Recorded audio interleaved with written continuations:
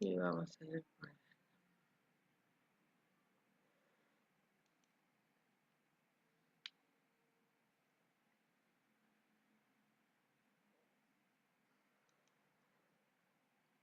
no sé por qué lo estoy perdiendo, no sé qué es lo que pasa hoy con esto. Ahí está, ahora sí. Ah, ya está. Bueno, cualquier cosa, si hay algún problema con la presentación, me dicen. Bueno, esto no sé qué es. Lo vamos a poner por acá abajo. Bien, ya está grabando.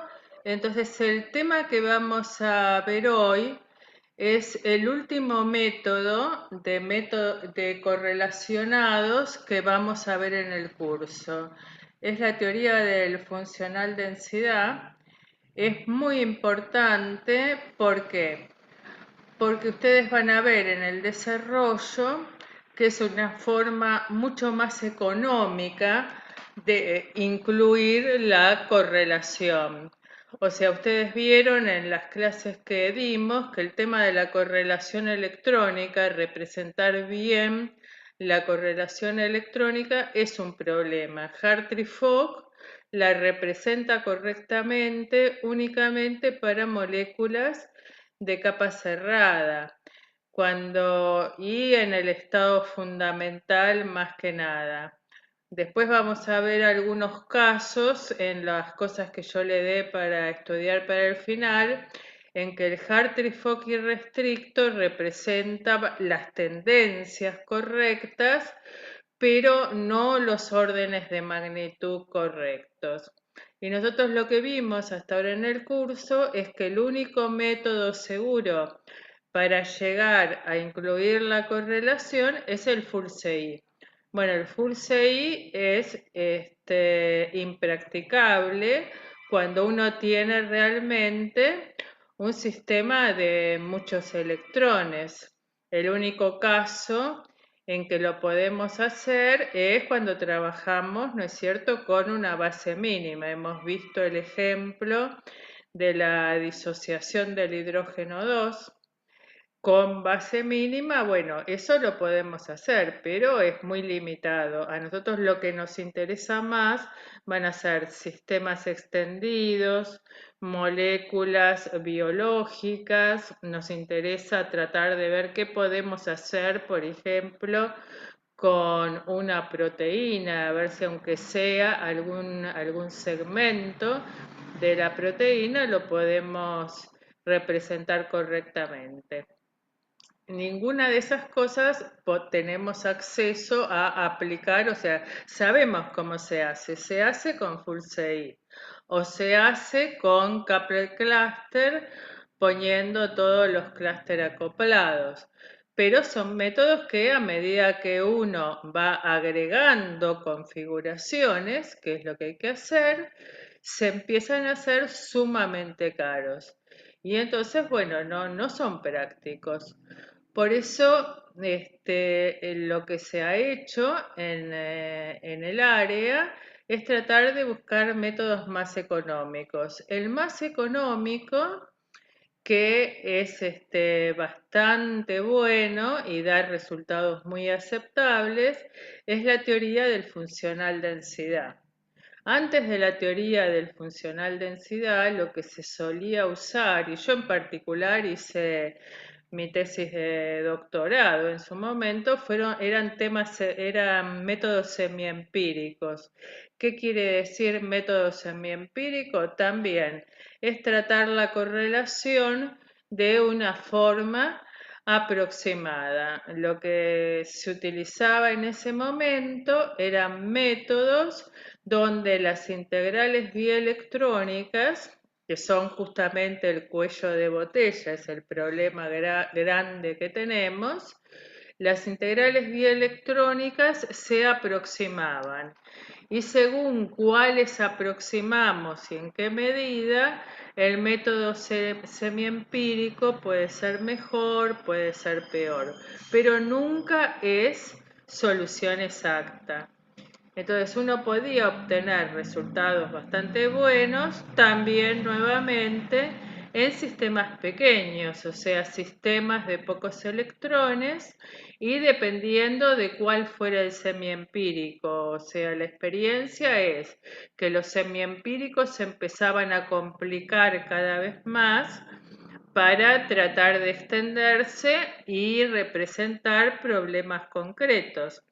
Pero ¿qué era lo que pasaba? Uno terminaba diseñando, o sea, yo en particular tuve que parametrizar un semiempírico, uno terminaba diseñando un semiempírico particular para el problema que tenía que solucionar, lo cual no es práctico, o sea, los resultados no son transferibles.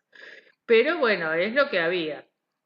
Hoy tenemos esta opción de la teoría del funcional densidad que se utiliza mucho en sólidos, se utiliza mucho en moléculas biológicas y también se usa en molecular y en atómica, como lo vamos a ver en la clase de hoy.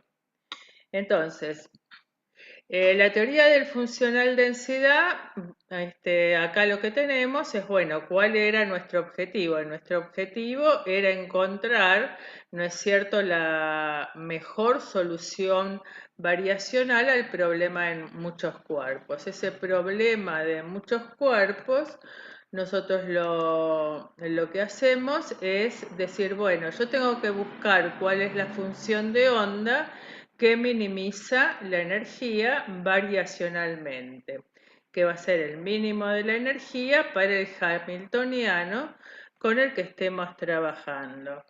Y hasta ahora, ¿qué hicimos? Hicimos función de onda muchos electrones, hicimos la aproximación de Born-Oppenheimer, que es correcta, o sea, los electrones son mucho más livianos que los núcleos y se mueven mucho más rápidamente. Entonces, no está mal considerar que los núcleos están en posiciones fijas. Ahora bien, ¿cuáles son esas posiciones fijas?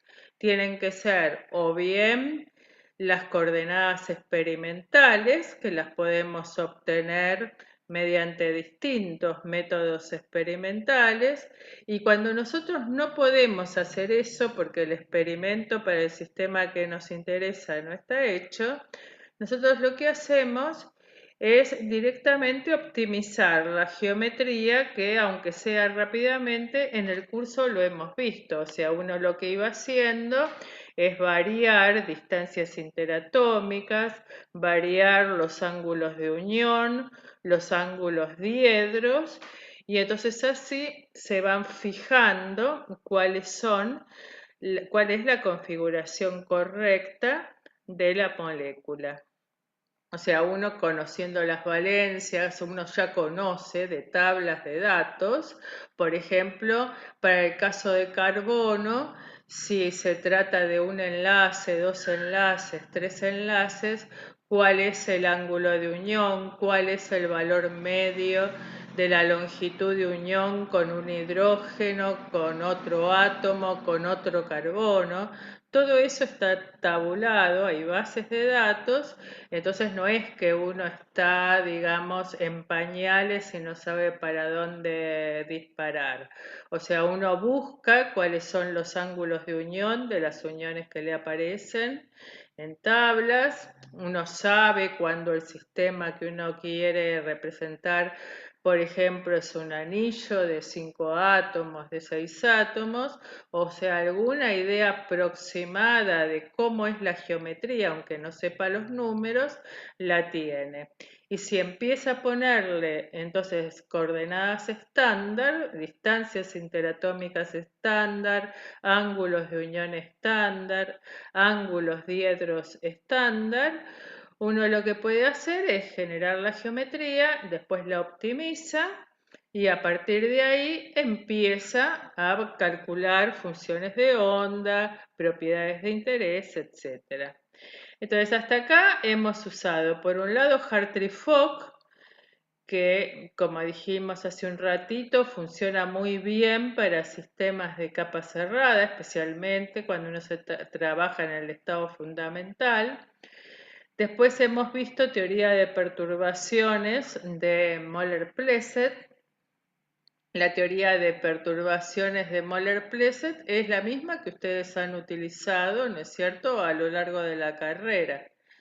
Entonces uno escribe la correlación como el perturbador. Justamente es la diferencia entre el potencial exacto y el potencial de Hartree-Fock.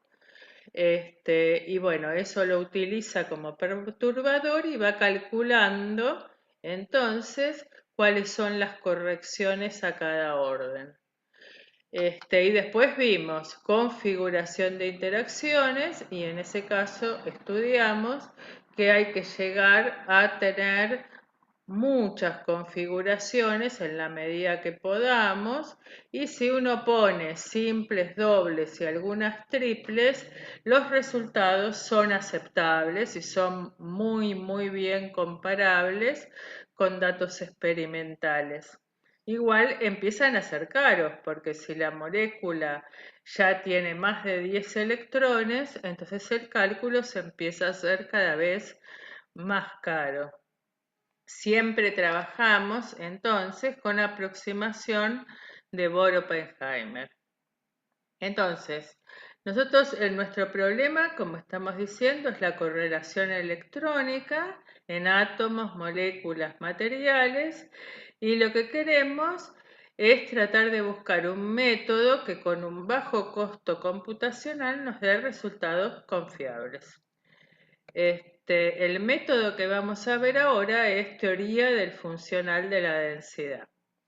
Entonces el método, digamos, se comenzó a trabajar hace muchísimos años. Si uno parte, digamos, de un hamiltoniano escrito de esta manera, que es en realidad lo mismo que tenemos nosotros, tenemos energía cinética de los electrones, interacción, atracción coulombiana con cada uno de los núcleos y la repulsión electrón-electrón. ¿Está bien? Acá estamos en la aproximación de núcleos fijos, así que el término de repulsión núcleo-núcleo es una constante que sumaríamos a la energía. Entonces, a partir de ahí, nosotros sabemos de toda la vida que uno tiene que poder encontrar cuál es la función de onda y cuál es la energía correspondiente. A medida que se fueron desarrollando estas cosas, se vio que había que incluir el spin y que la función de onda en realidad depende de las 3n coordenadas electrónicas cuando n chica es el número de electrones que nosotros tenemos. Y lo que sucede es que la complejidad del cálculo empieza a crecer rápidamente con el número de electrones. Y eso sucede, por ejemplo, en materiales, moléculas grandes, y lo que le exigimos desde el principio de la función de onda es que sea antisimétrica ante el intercambio de partículas. Bueno, entonces nosotros lo que tenemos es que la solución analítica, ¿no es cierto?, a este problema la tenemos para muy pocos casos, o sea, casos en que nosotros en realidad tengamos pocos electrones. Nosotros lo que buscamos es alguna solución que nos sirva para sistemas más grandes. Entonces, ¿qué es lo que hace la teoría del funcional densidad? Lo que usa es la densidad de carga. La densidad de carga la estuvimos trabajando la clase pasada con detalle, ¿no es cierto? Pero ya antes habíamos dicho qué cosa era la densidad de carga. O sea, la densidad de carga es un concepto que ustedes manejan a partir, sea densidad de carga o cualquier densidad, a partir del cuadrado de la función de onda, uno sabe que eso es una densidad de probabilidad y la densidad de carga lo que nos está dando es multiplicada, ¿no es cierto?, por el diferencial de volumen, es la probabilidad de encontrar un electrón alrededor de un dado volumen con origen en un punto R cualquiera que estamos estudiando. La ventaja de la densidad de carga es que ya no depende de las coordenadas, de las 3n coordenadas electrónicas, sino depende de cuál es el punto espacial donde yo la estoy evaluando. Y entonces esa probabilidad para nosotros es la densidad de carga multiplicada por el tamaño del volumen. Entonces hemos definido, por ejemplo, la densidad de un punto en el espacio de coordenadas R espacial con un factor de normalización, que es el número de electrones, el módulo de la función de onda al cuadrado, integramos las coordenadas desde 2 hasta n, esta integral es sobre coordenadas espaciales y de spin, y acá está integrada también el spin correspondiente a la coordenada 1. O sea que esto sería la ρ de R1. Llamarlo R1, llamarlo R, es lo mismo. Es un punto en el espacio de las coordenadas y esto nos da la probabilidad de encontrar entonces un electrón cualquiera del conjunto de los n electrones en un volumen diferencial de 3R alrededor del punto R. Entonces esa densidad es definida positiva en todo el espacio, depende únicamente de 3 coordenadas espaciales, x y z, del punto R, y la condición, por supuesto, como cualquier densidad, es que la integral en todo el espacio de la densidad de carga nos tiene que dar la carga, que es el número total de electrones. Entonces, la energía del estado fundamental en función de la densidad de carga ya la hemos escrito más de una vez. Por un lado la escribimos cuando vimos poblacional y en la clase pasada también la hemos visto. Y lo que uno puede ver en la expresión es que entonces la energía depende de cuánto vale la densidad de carga. Entonces con esa idea en que la energía termina siendo función de la densidad de carga, fíjense que la densidad de carga tiene una correspondencia con la función de onda. Entonces la energía uno la podía escribir en función de la densidad de carga. Entonces con esa idea de decir, bueno, entonces yo puedo bajar la dimensión de mi cálculo si yo en lugar de escribir la energía en función de las coordenadas, en lugar de utilizar la función de onda, conozco la densidad de carga y entonces escribo mi energía en función de la densidad de carga. O sea, si uno tuviera, por ejemplo, la densidad experimental en todo el espacio, bueno, eso sería una pegada porque podría escribir la energía en cualquier punto del espacio, ¿sí? O sea, podría integrar en todo el espacio, tiene la energía. Entonces, con esa idea de pasar del espacio de las funciones de onda al espacio de las densidades de carga, fue el primer modelo, que fue el modelo del gas de electrones no interactuantes de Thomas Fermi. Ellos propusieron en realidad, dado que se trata del gas de electrones no interactuantes, ellos lo que hicieron fue proponer un funcional para la energía cinética. El TF quiere decir Thomas Fermi. Entonces propusieron escribir la energía cinética de esta manera, ¿sí? Entonces si uno escribe la energía cinética de esta manera, entonces la energía correspondiente a un átomo va a ser la integral, ¿no es cierto?, de esta cantidad. Después tenemos el término colombiano, donde Z es la carga que uno tiene en el núcleo. Y por último, la interacción coulombiana entre los electrones. Ellos la escribieron en esta forma que tenemos acá, ρ de R1, ρ de R2. O sea, es un término tipo Coulomb. ¿Está bien? Entonces, la densidad correcta correspondería a la minimización, ¿no es cierto?, de esta energía con la condición de que su integral, la integral de la densidad de carga, nos dé la carga total. Entonces, si uno escribe esta energía así, o sea, esta es la energía que ellos propusieron entonces para el gas de electrones no interactuantes, los electrones no interactúan entre sí, entonces no tenemos el término de repulsión. O sea, tenemos el término de las densidades asociadas a cada punto del espacio. Entonces, el modelo es, en el caso de estructuras periódicas, o sea, en el caso de cristales, por ejemplo, con estructuras periódicas en metales, donde uno tiene muchos electrones, el modelo más o menos da las tendencias correctas. En el caso de pasar a un sistema ligado, como es una molécula o como es un material, entonces, ¿qué es lo que pasa? El segundo término, que es este que tenemos acá, donde nosotros tenemos la atracción con el núcleo, ya hay que modificarlo. O sea, uno tiene un sistema donde tiene, digamos, muchos núcleos, aun cuando sean dos núcleos, ya son muchos núcleos.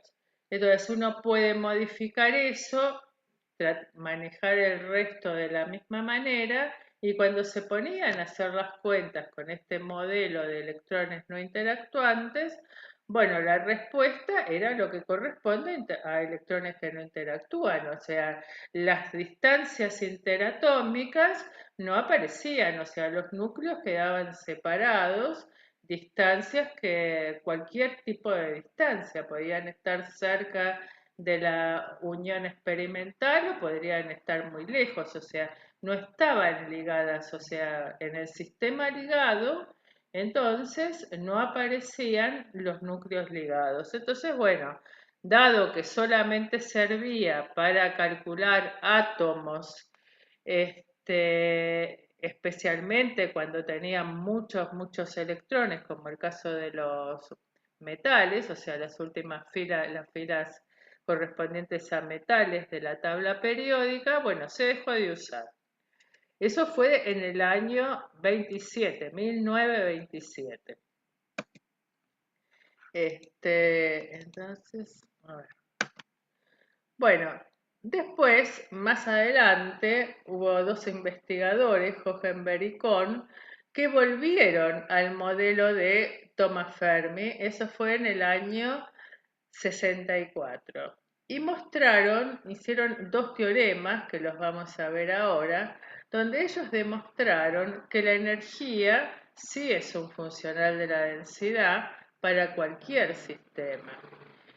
Y además demostraron que la densidad correspondiente al estado fundamental del sistema minimiza ese funcional. El funcional del que estamos hablando es la energía, o sea, la energía depende de la densidad, entonces decimos que es un funcional y que el estado fundamental va a ser aquel que nos da el mínimo de esa energía. O sea, eso es teorema variacional, es lo que sabemos, ¿no es cierto? Es lo mismo que cuando uno busca la solución de la ecuación de Schrödinger. La diferencia es que en lugar de escribir la energía como el valor medio del hamiltoniano en el estado fundamental, nosotros decimos, bueno, cuando yo utilizo la densidad del estado fundamental, la energía que obtengo tiene que ser el mínimo, un mínimo variacional. Debido a estos teoremas, donde ellos establecen la teoría del funcional de la densidad, Kohn, que era físico, recibió el Nobel de Química, en el año 1998. Él estaba muy enojado porque le dieron el Nobel de Química porque él era físico. Pero bueno, como estaba estudiando, si bien no hacía química, estaba justamente estudiando transiciones en átomos radioactivos, que era, digamos, lo que su tema de trabajo. Entonces, bueno, como aparecían átomos, ya lo encasillaron en química, por más que no se trataba de química. Pero bueno, pasó y eso hoy se utiliza en todas las áreas. Se utiliza en física, se utiliza en química, se utiliza en biología. Bueno, entonces veamos cómo es esta teoría. Entonces, por empezar, uno parte del hamiltoniano que vemos siempre, donde tenemos un término escrito en unidades atómicas, tenemos el término que corresponde a el término cinético con los operadores correspondientes al laplaciano de cada uno de los electrones. Tenemos la interacción de cada uno de los electrones con los núcleos o el potencial externo que sea. Por eso acá dice B externo, I. Entonces nosotros lo que hacemos es decir, bueno, cada uno de los electrones sufre un potencial externo, por ejemplo, el que corresponde a la atracción coulombiana con los núcleos, que es el que vimos nosotros, pero podría ser cualquier otro, o podría adicionarse, ¿no es cierto?, a ese potencial coulombiano algún otro. Por ejemplo, yo tengo encendido un campo eléctrico, tengo encendido un campo magnético, entonces dentro del potencial externo debería aparecer también. Bueno, y por otro lado tengo la interacción electrón-electrón sobre todo el sistema de muchos electrones. Entonces el B externo que ponemos ahí, para nosotros, o sea, lo que hemos visto, cuando uno quiere resolver, encontrar el mínimo de energía para un sistema, es justamente la atracción entre electrones y núcleos. Eso pasa tanto en moléculas, en átomos, en clúster, pero en general puede ser cualquier potencial externo al que estén sometidos los muchos electrones. Entonces, si uno tiene un conjunto de electrones, los n electrones que están sufriendo ese potencial externo, y además está la repulsión electrónica entre pares de electrones. Entonces, el B externo, por un lado, es la atracción coulombiana con los núcleos, que es lo que nos interesa a nosotros, pero podríamos tener adicionalmente otros potenciales que representen algún campo externo, por ejemplo. Entonces nosotros sabemos que la función de onda del estado fundamental, la llamamos phi0, depende de las coordenadas de los n electrones, donde coordenadas nos referimos a coordenadas espaciales y de spin.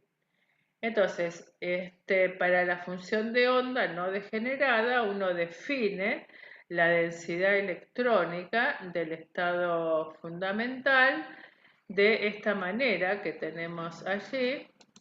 La ρ0 es n por el producto, ¿no es cierto?, del módulo del cuadrado de la función de onda en el elemento de volumen de 3R y va siendo el producto en todos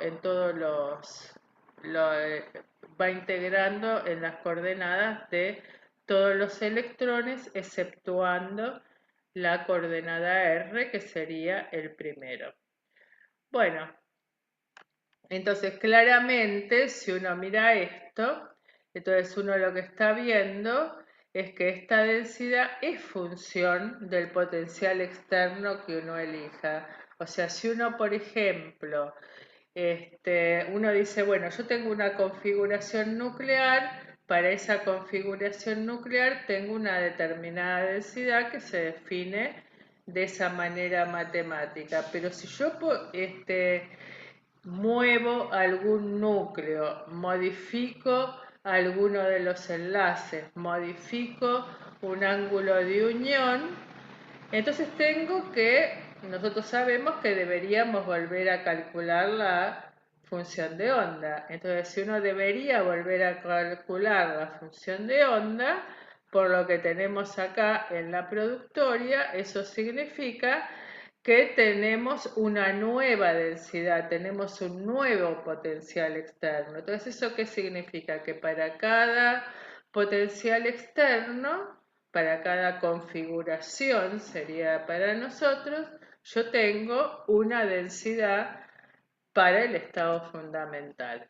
Entonces, justamente ese es el primer teorema de Hohenberg-Kohn, donde dicen que para cada potencial externo B externo existe un único estado fundamental y para cada estado fundamental existe una única densidad electrónica ρ. O sea, este es el primer teorema, que es el teorema de existencia de la densidad.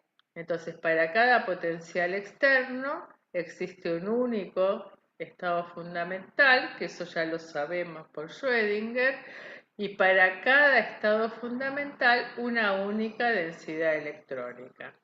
Entonces, la demostración es muy sencilla, se demuestra por el absurdo. Entonces, uno que dice, bueno, yo supongo que tengo dos potenciales externos que difieren entre sí en más de una constante. ¿Por qué? Porque nosotros sabemos que si difieren solamente en una constante, la función de onda que representan es la misma. Entonces, si estos potenciales externos difieren en más de una constante y generan la misma densidad, yo estaría demostrando que el teorema no es válido. Entonces uno dice, bueno, entonces si uno tiene dos potenciales externos, quiere decir que tendría dos hamiltonianos, un hamiltoniano H y un hamiltoniano H', y que la solución de Schrödinger serían phi y phi' para cada uno de esos hamiltonianos. Entonces uno que dice, supongamos que tomo phi' como función de prueba para el hamiltoniano no primado. Entonces, ¿qué quiere decir? Si yo estoy tomando una función que no es la autofunción de este hamiltoniano, no es la de Schrödinger, quiere decir que este valor medio tendrá que ser mayor o igual que 0, que es la energía del estado fundamental. Entonces, esta cantidad, ¿cómo la escribo? Esta cantidad yo la puedo escribir como el valor medio de H' y sumar y restar H'. O sea, lo que estamos haciendo acá es sumar y restar H' a este H, separamos los términos y entonces finalmente obtengo del primer término me da la E'0 y el segundo término me da la ρ de R por la diferencia entre esos potenciales, que es algo que no es una constante, sino que son realmente potenciales diferentes, y esa sería la expresión del valor medio de H en esa función de prueba phi'. Es mayor entonces que la energía del estado fundamental. Bueno, lo mismo puedo hacer con el otro hamiltoniano, o sea, el otro hamiltoniano también le corresponde un estado fundamental que va a estar caracterizado por una energía E'0. Entonces, ese estado fundamental hago exactamente lo mismo al hamiltoniano H', le sumo y resto el hamiltoniano H, separo nuevamente los términos y llego a que E'0 va a ser menor que E0 más la integral con la diferencia de los potenciales. Entonces, ¿a qué llegamos? A que E0 más E'0, como tenemos acá, es menor que E'0 E0 más E0. Esto es una contradicción. ¿A qué se debe la contradicción? A suponer que potenciales diferentes generen una misma densidad. ¿Sí? O sea, demostrar esto por el absurdo. Entonces queda demostrado que a cada densidad le corresponde un único potencial externo y ese potencial externo ya sabíamos que nos define un único estado fundamental. Entonces, la existencia queda demostrada, que es el primer teorema de Hohenberg-Kohm. Entonces, lo que decimos, en el caso nuestro, que es el que nos interesa, el potencial externo es el potencial coulombiano de atracción de cada uno de los núcleos con el conjunto, de cada uno de los electrones con el conjunto de núcleos. Entonces, la densidad ρ nos va a definir energía cinética, potencial y total de mi sistema, y la escribimos como ya la hemos escrito varias veces. Esta expresión ya la hemos visto, es la expresión de la energía en función de la densidad, con energía cinética, interacción electrón-electrón, interacción de los electrones con los núcleos fijos. Entonces, ¿uno qué es lo que dice? El primer término, que es justamente el que contiene al potencial externo, en este caso estamos en la atracción coulombiana, sería este que nos aparece acá. ¿Está bien? Y todo lo que queda, o sea, todo el resto, nosotros decimos que es una función de la densidad, o sea, tanto la energía cinética como la interacción electrón-electrón son funciones de la densidad. Entonces, lo que dicen Hohenberg-Kohm es, bueno, esto es un funcional de la densidad, ¿está bien? Donde acá no tenemos metido al potencial externo, o sea, es lo que le falta para llegar a la energía total.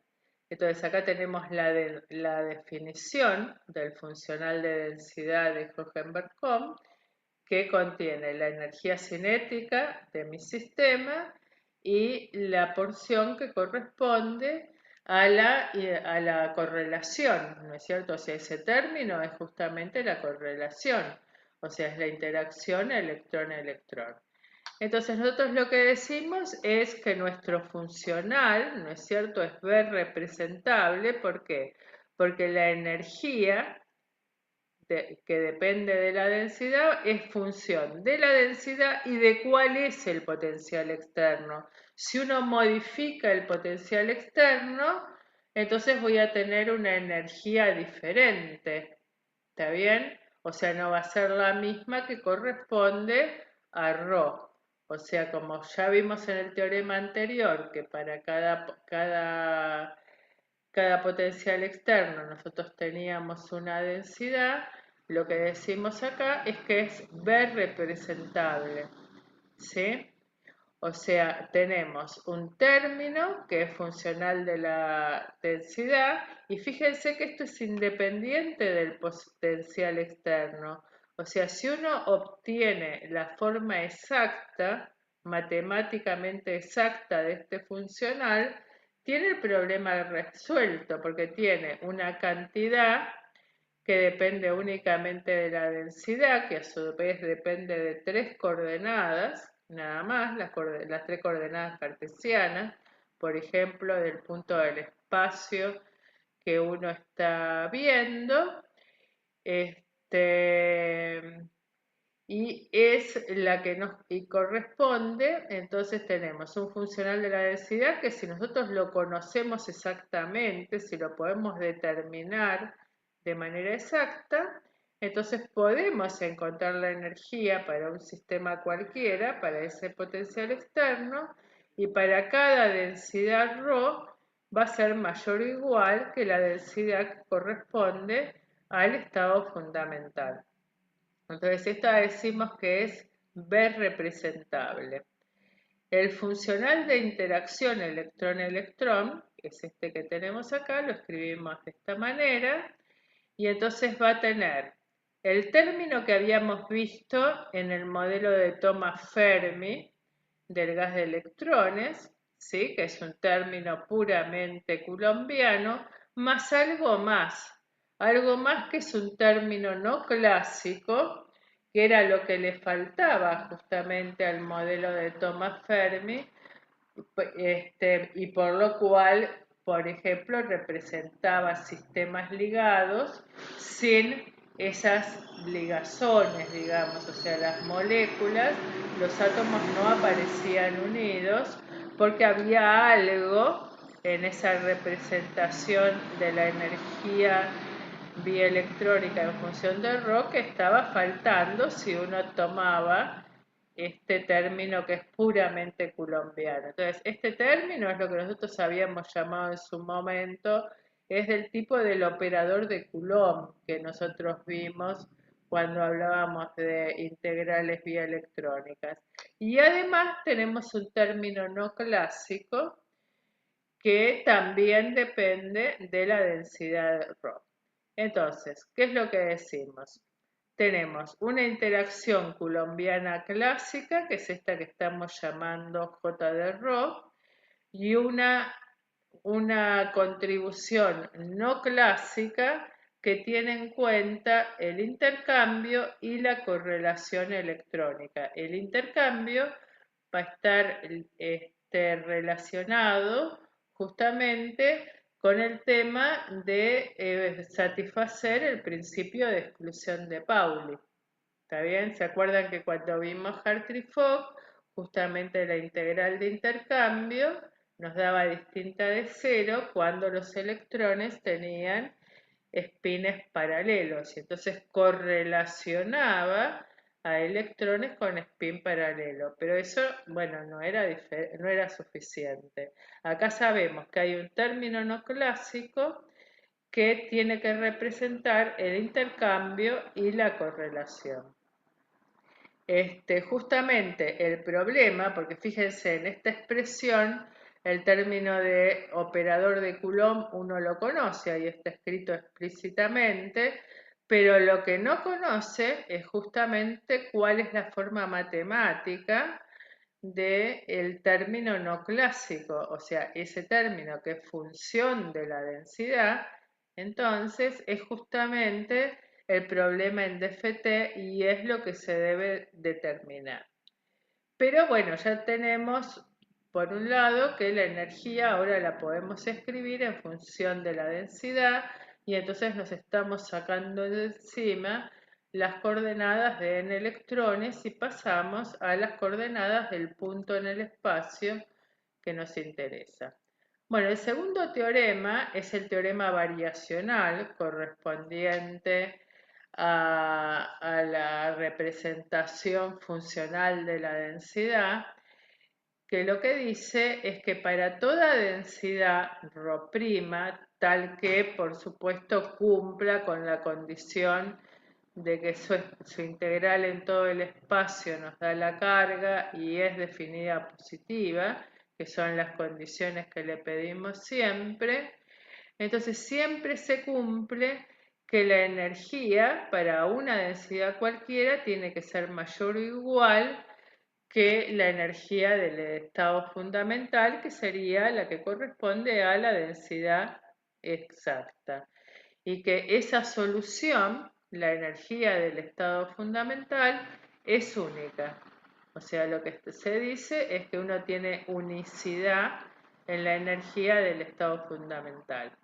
Entonces esa E0, que es la E de ρ0, siempre va a ser menor o igual que la energía que uno tenga para una densidad de prueba cualquiera. O sea, nosotros cuando hacíamos Schrödinger hablábamos de una función de prueba y buscábamos el mínimo variacional. Ahora estamos hablando de densidades de prueba. Cualquier densidad de prueba va a ser cota superior, la energía correspondiente a cualquier densidad de prueba, entonces va a ser una cota superior para la energía del estado fundamental. Entonces, ¿cómo se demuestra esto? Entonces, la demostración es que para cada densidad ρ le corresponde su hamiltoniano, ¿está bien? Y existe una única función de onda, eso lo sabemos, para el estado fundamental del hamiltoniano y esa función se puede utilizar como función de prueba.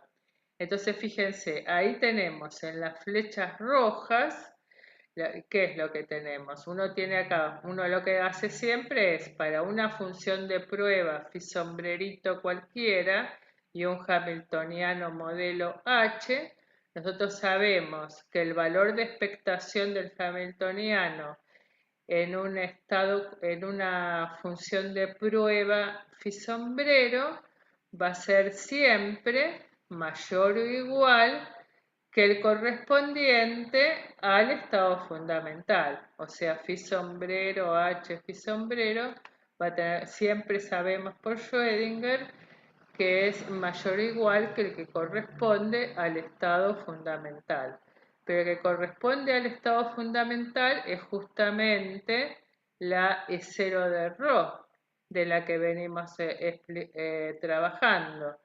Y entonces, ¿qué quiere decir? Que esta cantidad que ahora la estamos escribiendo de esta manera, como densidad, la energía cinética en función de esa densidad de prueba, la interacción electrón-electrón de esa densidad de prueba, más el término correspondiente al potencial externo, es igual, eso nos da la energía como funcional de la densidad de prueba, esto es mayor o igual que la correspondiente al estado fundamental. Entonces uno lo que buscar el mínimo variacional es equivalente a buscar cuál es la densidad que nos da el mínimo para la energía.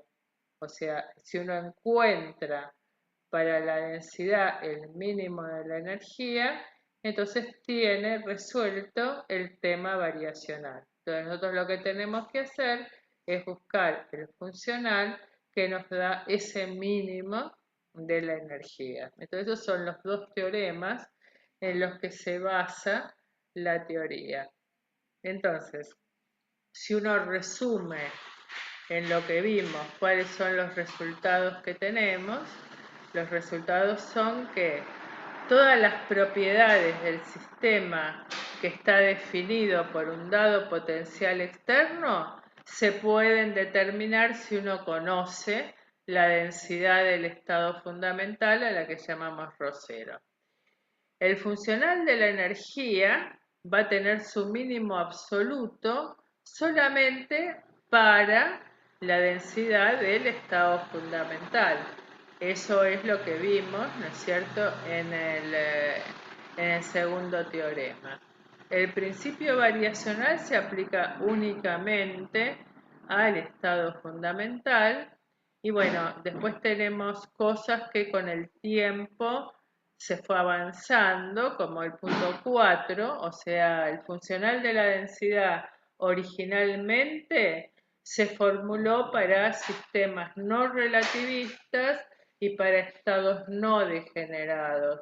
Después ustedes van a ver cuando preparen tema de final, el que le interese hacer funcional densidad, que aparecen más tarde funcionales de la densidad para sistemas relativistas y también tienen metodología para estudiar estados degenerados. Pero bueno, originalmente se formuló para sistemas no relativistas y estados no degenerados. Y la funcional universal, que es lo que uno busca, esa F de Rho, es justamente el desafío, eso es lo que hay que buscar. O sea, la energía, entonces la escribimos como el término que depende del potencial externo, o sea, ahí tenemos la B representatividad que decíamos hace un rato. O sea, la energía depende de cuál es el potencial externo. Si yo cambio el potencial externo, tengo un nuevo mínimo para la energía. Entonces tenemos dos términos. Un término que depende del potencial externo, que es fijo, en nuestro caso es la configuración nuclear, es lo que nos interesa, y un funcional de la densidad, que es el que nos provee todo el resto, nos provee los términos de energía cinética, la interacción vía electrón, tanto con el término clásico del potencial coulombiano, el J, digamos, y algo no clásico que hay que determinarlo. Entonces el desafío del funcional de la densidad es encontrar, ¿no es cierto?, cuál es el FHK de ρ que es universal, o sea que sirve para un sistema cualquiera. ¿Está bien? Entonces ese es el desafío del DFT. Bueno, universal en el sentido de lo que decíamos recién, ¿no es cierto? Que no importa cuál es el potencial externo, uno está buscando una función que sirva para cualquier sistema. O sea, eso sería resolver el problema. O sea, es equivalente justamente a resolver la ecuación de Schrödinger, pasando al espacio ahora de las densidades, pero si uno tiene la forma matemática correcta, esa forma matemática es universal. O sea, como no depende del potencial externo, fíjense en la diapositiva anterior, no sé si... acá está. Fíjense que tienen por un lado el término que depende del potencial externo y por otro lado el término que depende del funcional. O sea, el funcional, si yo encuentro el funcional universal, resuelvo cualquier problema porque puedo poner el potencial externo que sea. O sea, cambio de molécula, lo único que cambio es el potencial externo, pero la forma matemática del funcional la tengo. ¿Está bien? Pongo un campo, lo mismo, tengo que modificar el potencial externo, pero la forma matemática del funcional es la misma. Así que si uno consigue ese funcional universal, tiene el problema variacional de la ecuación de Schrödinger completamente resuelto. Bueno, entonces el potencial externo nos define la función de onda, entonces también define las energías cinética, intercambio, correlación y por medio de la densidad electrónica, en la teoría del funcional densidad, lo que nos da es la función de onda exacta del sistema real, o sea, uno hace la inversa, uno encuentra primero cuál es la densidad correspondiente al estado fundamental y si uno tiene la densidad puede obtener la función de onda y sería la función de onda autofunción exacta de la ecuación de Schrödinger. Esa solución ideal entonces corresponde a la solución exacta de la ecuación de Schrödinger. Entonces, lo que hicieron también con Jam más adelante fue, en este caso fueron Kohn y Jam, que era un alumno de Kohn. La teoría en sí fue la de Hohn-Perkon. Luego con y Jam lo que hicieron fue tratar de ver cómo hacía uno para justamente cuál era el caminito para encontrar la función de onda que correspondía al funcional exacto, ¿sí? Entonces, ¿qué hicieron? Partieron de la energía escrita en función del funcional, de la densidad y del potencial externo, que es el segundo término. El funcional, ¿qué términos tiene? Por un lado tiene la energía cinética, el término de Coulomb, el J, que es equivalente al J que hemos visto cuando tratamos de Hartree-Fock, y un término no clásico que tiene toda la parte de intercambio y correlación entre los electrones. La única cantidad que uno no conoce es justamente esa energía de intercambio correlación que tenemos ahí y que sabemos que también depende de la densidad. Entonces la propuesta que hicieron con Jam es, sabiendo que la aproximación de Thomas Fermi no era buena, la del gas de electrones no interactuantes, lo que propusieron fue utilizar la misma forma matemática del gas de electrones no interactuante, pero utilizando la energía cinética del sistema real. Entonces, uno que dice, por definición, la energía cinética de un sistema de muchos electrones no interactuantes es esta que tenemos acá. Es la suma sobre todos los electrones de el valor de expectación del laplaciano en la función de onda que representa a cada uno de los electrones, que serían, por ejemplo, los spin orbitales, es lo que vimos nosotros cuando hicimos Hartree-Fock. Entonces, a esa energía S, que no es la verdadera, sino que es la del gas de electrones, le corresponde una densidad para estos orbitales que tenemos acá, que sabemos que se escribe de esta manera. O sea, si nosotros tenemos, por ejemplo, funciones de un electrón, como nuestros spin orbitales, dependen de la coordenada espacial y depende del spin. Entonces, si uno hace esta cuenta, tiene definida la densidad. Entonces, lo que dijeron ellos es tomar para esta densidad la densidad real del sistema interactuante. O sea, usar la forma de la energía cinética del modelo no interactuante, pero utilizando la densidad correcta, o sea, la densidad real. Esa fue la propuesta. Entonces, a raíz de eso, hicieron lo que se llaman ecuaciones de Kohn-Sham, que es algo parecido a lo que vimos en las ecuaciones de Hartree-Fock. O sea, es equivalente a nuestras ecuaciones de Hartree-Fock, pero es, digamos, una especie de esos orbitales de Kohn-Sham son una forma matemática que sirve para pasar del espacio de las densidades al espacio de la función de onda. Ahora vamos a ver cómo es. Entonces, por un lado, definieron la energía de intercambio-correlación que estuvimos viendo. ¿De qué manera?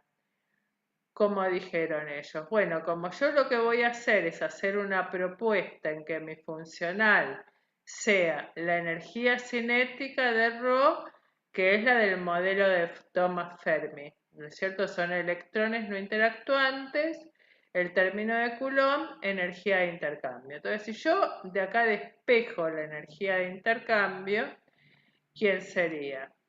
La energía de intercambio, en realidad, sería esta cantidad que tenemos acá, donde acá, ¿qué es lo que hicimos? Le estamos restando a la energía cinética verdadera la energía justamente del gas de electrones no interactuante.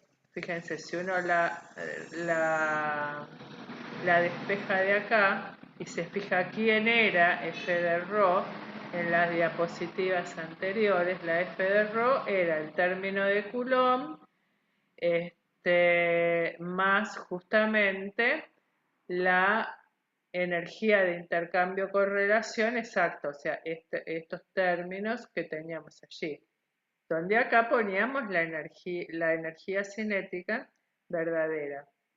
Entonces, la energía de intercambio-correlación sería la diferencia entre la energía cinética verdadera y la energía cinética del gas de electrones, más la interacción exacta, electrón-electrón, menos ese término clásico del J de Rho del operador de Coulomb. Entonces, uno dice, bueno, esta es la forma en que ellos proponen escribir la contribución de intercambio-correlación. Entonces, ahora lo que se pusieron a buscar es buscar un potencial que nos provea de un determinante de Slater, o sea, exactamente igual que lo que pasaba con Hartree-Fock, pero considerando esta energía de intercambio-correlación. Entonces uno dice, a la energía la hemos escrito de esta manera. La energía va a ser la energía del modelo no interactuante, fíjense, el término de Coulomb, la energía de intercambio-correlación, en que si uno se pone a comparar esto con esto, si uno hace el reemplazo, lo que obtiene es que en realidad lo que hicimos fue sumar y restar el término de energía cinética del gas de electrones, ¿está bien? Y sumar y restar el término del operador de Coulomb que tenemos allí, ¿sí? Bueno, pero ahí encontraron una forma funcional para la energía en función de la densidad que tiene la energía cinética de los electrones no interactuantes, pero usando la densidad verdadera. Un funcional de la densidad de intercambio-correlación que no lo conocemos y tenemos el término de interacción de los electrones con los núcleos. Entonces, aplican el método variacional a esta energía y se preguntan qué condición tienen que cumplir los orbitales. Los orbitales son funciones de un electrón, pero aquí son funciones matemáticas, no son funciones que uno propone como hacíamos Hartree-Fock. O sea, este es el proceso inverso. Estamos suponiendo que uno logró obtener la densidad del estado fundamental y queremos la función de onda. Entonces lo que hacemos es, la pienso como un determinante de Slater, entonces lo que yo necesito son orbitales, o sea, funciones de un electrón, tal como tenía mis spin orbitales en Hartree-Fock. ¿Qué van a hacer estos phi sub i? A esto se los llama orbitales de Comshaw. Bueno, entonces a esos orbitales de Comshaw le vamos a pedir las cosas que le pedíamos a nuestros spin orbitales.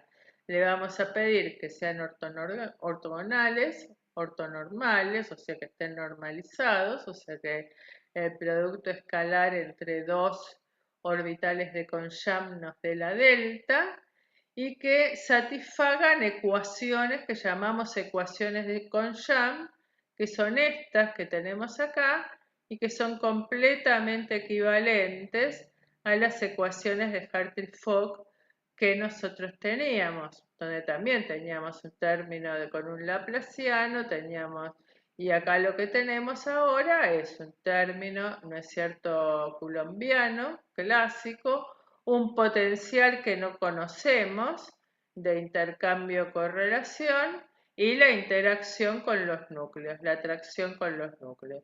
Y este conjunto de ecuaciones entonces va a ser exactamente equivalente a lo que teníamos en ecuaciones de Hartree-Fock. Fíjense que son el mismo tipo de funciones matemáticas, pero acá nos está apareciendo un potencial de intercambio-correlación. Este potencial de intercambio-correlación se define de esta manera. Es la derivada de la energía de intercambio-correlación respecto de la densidad. Pero estas ecuaciones que tenemos allí son del tipo de ecuaciones de Hartree-Fock. O sea que si uno las resuelve usando exactamente los mismos métodos que usábamos en Hartree-Fock, entonces va a tener los orbitales de Comshaw que me minimicen la energía, y con esos orbitales de Comshaw van a ser mis ocupados de Comshaw. Yo puedo escribir el determinante de Slater que representa a la función de onda, o sea, va a ser un determinante de Slater en orbitales de Comshaw en lugar de aquellos spin orbitales que nosotros proponíamos. Y son, digamos, elementos matemáticos, los orbitales de Comshaw, para llegar a la función de onda. Acá yo lo que puse en este recuadrito es, bueno, ¿cómo sería la energía exacta? Porque yo les estaba diciendo que uno cuando hacía las cuentitas hablaba de la densidad exacta en lugar de usar la densidad real.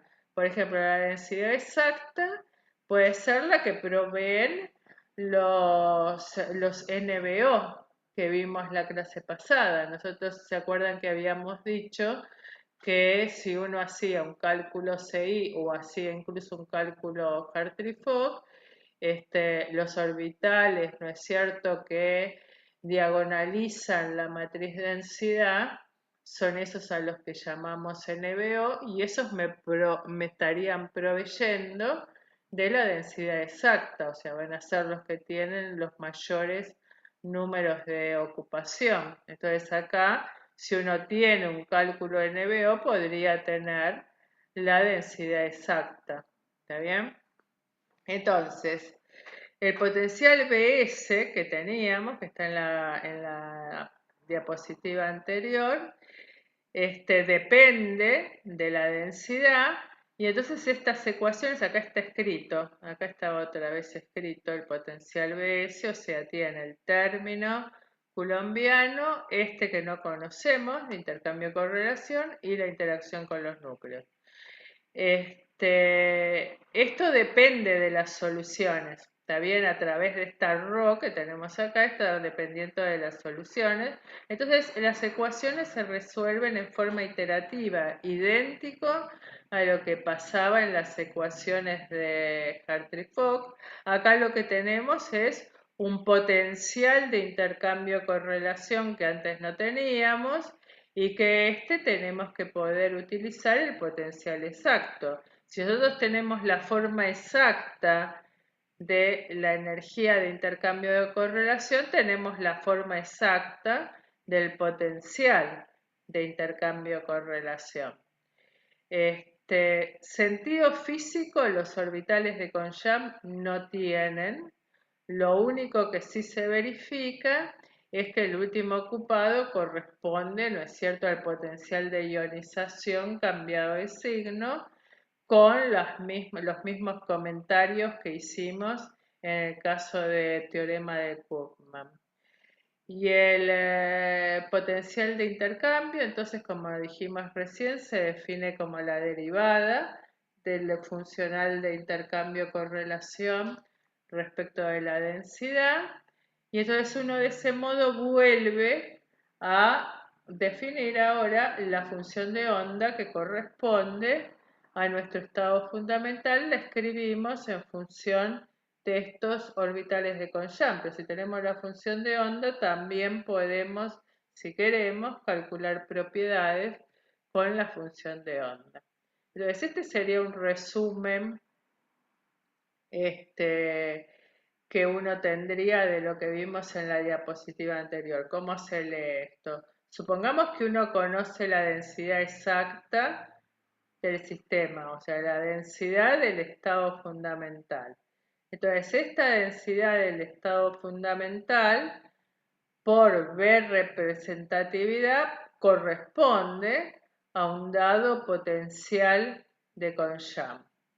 Con este potencial de Conjam, nosotros resolvemos las ecuaciones de Conjam, obtenemos los orbitales de Conjam.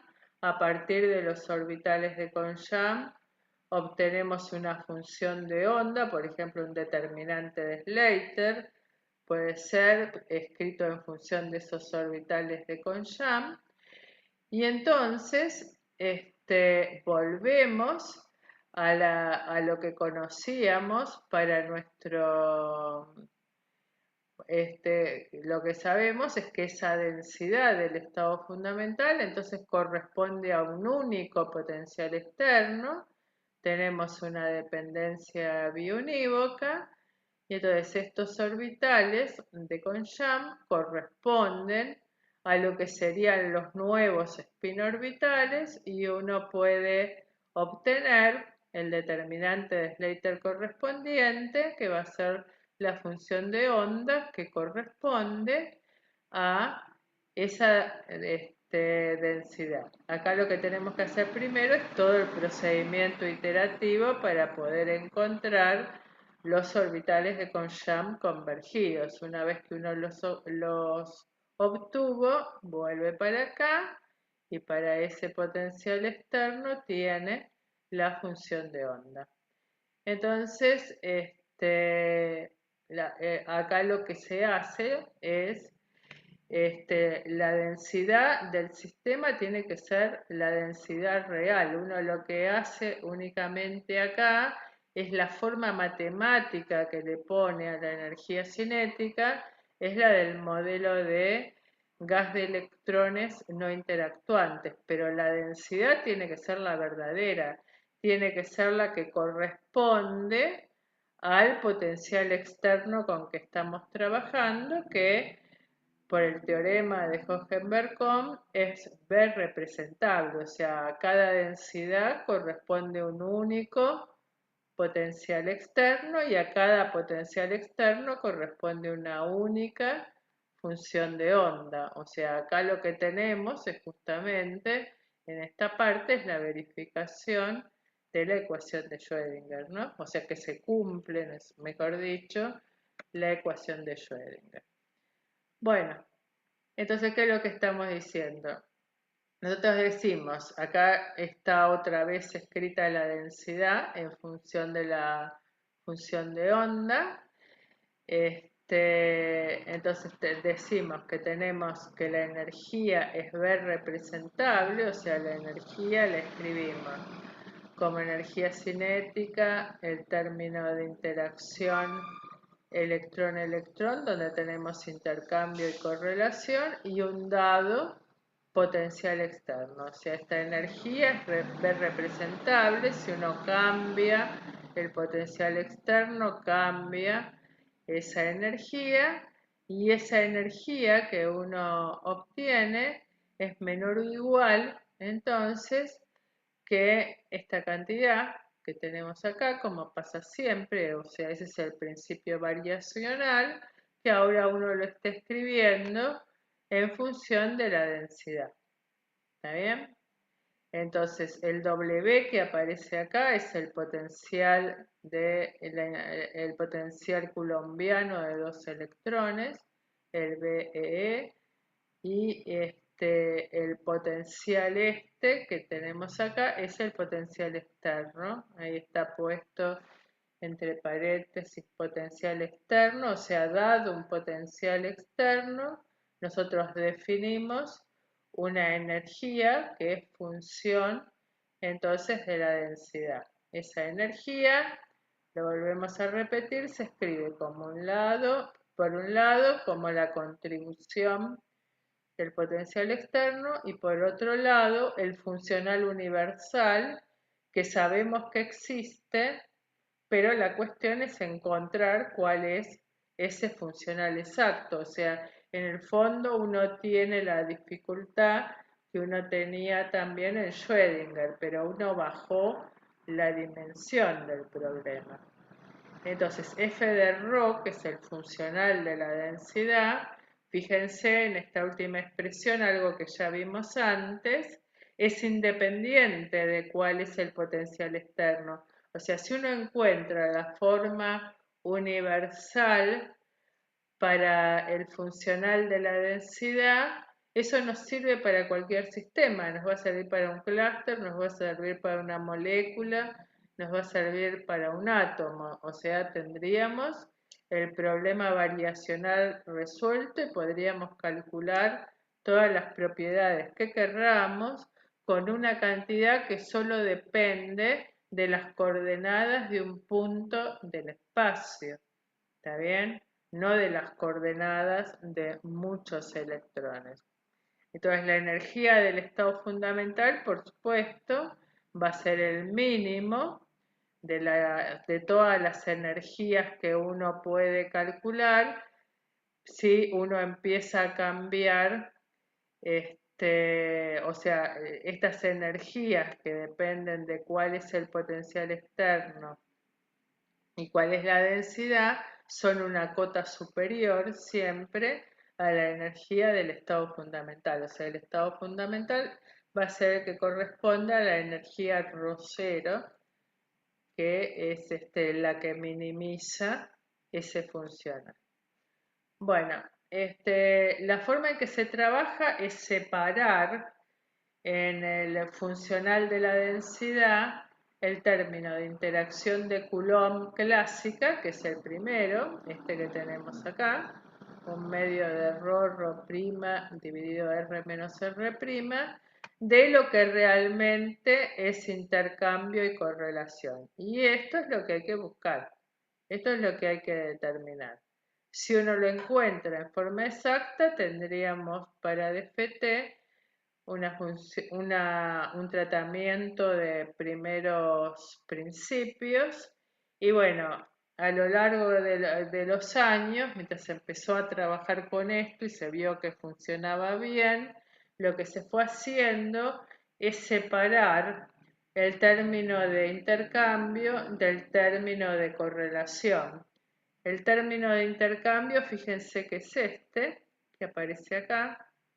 O sea, esto tiene toda la pinta de la integral de intercambio, pero ahora estamos trabajando, ¿no es cierto?, con esos orbitales tipo con Young, usando los orbitales con Young, que son, que dependen justamente de la densidad. Sigma, en este caso, sigma, sigma prima es la variable de spin, ¿no? Bueno, entonces, las ecuaciones en orbitales de Conchamp, llevan entonces a funcionales aproximados de energía cinética. La teoría está destinada a encontrar cuál es el funcional exacto de intercambio-correlación. Entonces, ¿cómo son esos valores? Acá yo lo que le puse es un ejemplo de un átomo, el átomo de neón, que ya lo conocemos, cuál es su energía cinética, que uno lo puede buscar en una tabla, la energía de intercambio, fíjense que tiene un orden de magnitud de diferencia y el signo cambiado, y la de correlación es bastante más chiquita. Todo estos son calculados por métodos de función de onda, que para el caso del neón se puede hacer, pero siempre en general esa energía de intercambio-correlación, fíjense que es menor que la cinética en un factor importante, ¿sí? O sea, en general el factor en sistema de muchos electrones es del orden de un factor 10. La ventaja de la teoría de Conchamp es en la determinación de la correlación electrónica, que es el problema que nosotros venimos teniendo siempre, ¿no? Entonces, lo que vamos a ver ahora es empezar a ver cómo se trabaja con diferentes funcionales, o sea, cuáles son los funcionales con que uno suele trabajar, qué es lo que vamos a empezar a mirar. Y ahora podríamos hacer un intervalo de 10 minutos, una cosa corta, 10-15 minutos. Me gustaría saber si tienen dudas de esto. A ver.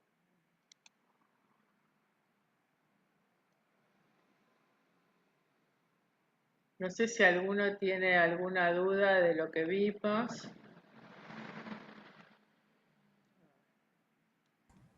No, yo creo que no. Bueno, entonces hagamos 10 minutos de intervalo, entre 10 y 15 minutos, y seguimos a partir de acá, ¿eh? Entonces lo que Dale, vamos a buenísimo. hacer es pausar la grabación.